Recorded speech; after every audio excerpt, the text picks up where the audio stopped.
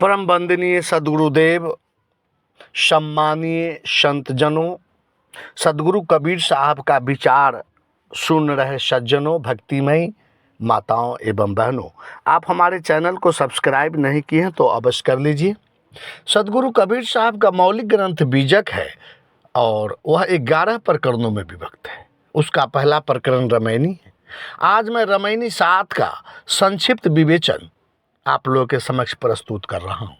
इस रामायणी में सदगुरु कबीर साहब कहते हैं कि सृष्टि के रचना के संदर्भ में विभिन्न मतांतरवादियों ने बहुत सारी कल्पनाएं की है, लेकिन हमें विचार करना है कि वास्तविकता क्या है, सच्चाई क्या है।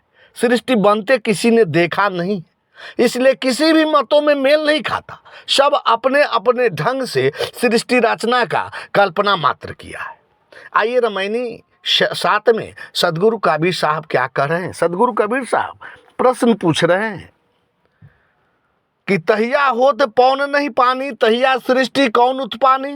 तहिया होते कली नहीं फूला, तहिया होते गर्भ नहीं मूला। तहिया होते विद्या नहीं वेदा, तहिया होते शब्द नहीं स्वादा। तहिया होते पिंड नहीं बासु, नहीं घर धरनी न गगन अगासु। तहिया होते गुरु नहीं चेला, गम्य अगम्ब न पंथ दुहेला। सदगुरु कबीर साहब कह रहे हैं कि ये संसार के लोग सृष्टि के पूर्व पवन पानी आदि पंचभूत नहीं थे, तब उस समय सृष्टि कौन उत्पन्न किया था। अर्थात जिस समय सृष्टि नहीं थी उस समय की बात मैं पूछता हूँ। उस समय न कर्म वासना की कली थी, न जन्म के फूल थे, न गर्भ था और न उसका मूल बीज था। उस समय न विद्या थी, न वेद थे, न शब्द इत्यादि विषयों का स्वाद इंद्रिय भोग था। उस समय न शरीर था, न उसमें जीव का वास था, न पहाड़ धरती थे, न गगन आकाश था। उस समय न गुरु थे, न शिष्य थे, न सुगम दुर्गम कठिन मार्ग थे, परंतु उस समय भी पारब्रह्म परमात्मा की उपस्थिति थी। एक लॉ ऑफ कंजर्वेशन जिसे विज्ञान में कहा गया है, पावर एनर्जी, वो था। अंत में साखी के माध्यम से सदगुरु कबीर साहब दुनिया के लोगों को उपदेश दे रहे हैं कि अभिगति की गति कहाँ क्या कहूँ, जाके गांव न ठाऊं, गुण बिहूना पेखना, का कहीं लीजे नाव।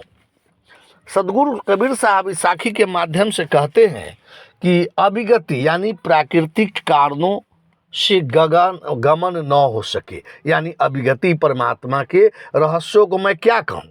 सर्वव्यापी होने के कारण उसका गांव ठाव नहीं है, उसे प्राकृतिक गुणों से रहित जानना। उस अकह अगोचर इंद्रियातीत प्रकृति पार परमात्मा का क्या कहकर नाम लिया जाए। साहब इसी बीजक में कहते हैं, मन बुद्धि जहाँ न पहुँचे हो रमैया राम, तहाँ कैसे खोज होई हो रमैया राम। जिस आत्म तत्व का मन बुद्धि नहीं पहुँचती, वहाँ सदगुरु के बिना कैसे खोज की जा सकती है। कहने का भाव यह है कि परमात्मा बोध का विषय है, कहने सुनने का विषय नहीं है। श्याम।